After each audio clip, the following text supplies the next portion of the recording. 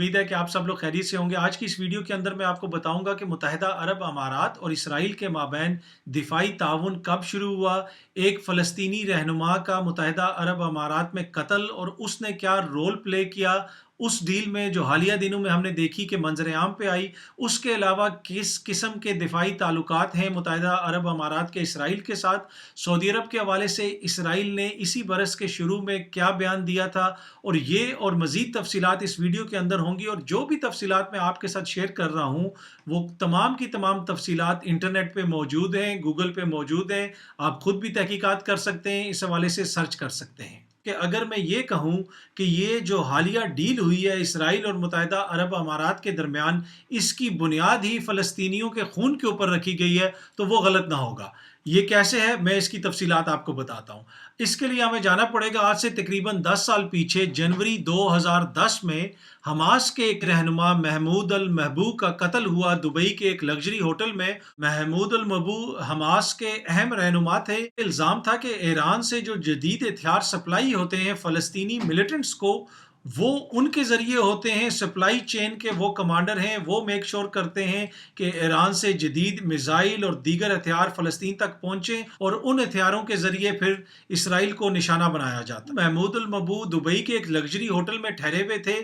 اسی ہوٹل کے اندر اسرائیلی ایجنٹس نے بھی کمرہ بک کرایا۔ ان کے کمرے کے اندر اسرائیلی ایجنٹس نے ان کو قتل کر دیا، ان کی اسیسینیشن کر دی، اور پھر وہ وہاں سے فرار ہو گئے۔ یہ اسرائیلی ایجنٹ نقلی پاسپورٹس پہ آئے تھے، مغربی ممالک کے پاسپورٹس پہ۔ محمود المحبوب کے قتل کے بعد پہلے دبئی حکام کی جانب سے یہ بیان سامنے آیا کہ یہ ایک حادثاتی موت تھی۔ تحقیقات آگے بڑھی تو پھر انہوں نے یہ کہا کہ ان کے قتل میں ان کے اپنے ساتھی ہی ملوث ہیں، اس طرح کہ انہوں نے مخبری کی اسرائیل کو، اور پھر اسرائیل کے ایجنٹس نے آ کے وہاں پہ محمود المحبوب کو قتل کیا۔ لیکن اس تمام سازش میں ان کی مدد حماس کے اپنے لوگوں نے کی، محمود المحبوب کے ساتھیوں نے کی۔ یہ موقف تھا متحدہ عرب امارات کا، جس سے یقیناً حماس نے، جس کو ڈینائی کیا، حماس نے کہا اس میں سراسر کوئی سچائی نہیں ہے، لیکن یو اے ای کی جانب سے یہ موقف اختیار کیا گیا کہ محمود المحبوب کی دبئی میں موجودگی کی مخبری حماس کے اپنے لوگوں نے کی، جس کا فائدہ اٹھاتے ہوئے وہاں پہ اسرائیلی ایجنٹ پہنچے اور انہوں نے محمود المحبوب کا قتل کر دیا۔ اگر آپ دیکھیں تو اس قتل کے بعد اسرائیل اور متحدہ عرب امارات کے دفاعی تعلقات میں بہت زیادہ تیزی آئی، بہتری آئی، ان میں اضافہ ہوا۔ خصوصاً اسرائیل کی خفیہ ایجنسی موساد اور متحدہ عرب امارات کے حکام کے مابین تعلقات میں بہت زیادہ بہتری آئی، اور وہ ایک دوسرے کو انگیج کرتے رہے۔ اور یہاں پہ میں آپ کو یہ بھی بتاتا چلوں کہ جب یو اے ای اور اسرائیل کے مابین ڈیل سائن ہوئی تو اس کے بعد بھی سب سے پہلے سرکاری سطح پہ متحدہ عرب امارات کا دورہ موساد کے چیف نے ہی کیا، اسرائیل کی خفیہ ایجنسی کے چیف نے کیا۔ گزشتہ برس یو اے ای نے ایک جاسوس طیارہ خریدا جو الیکٹرانک سرویلنس کے لیے یوز ہوتا ہے، اور اس کے حوالے سے بھی یہ خبریں آئیں کہ یہ طیارہ ایک اسرائیلی بزنس مین، ایک اسرائیلی کمپنی کے ذریعے خریدا گیا۔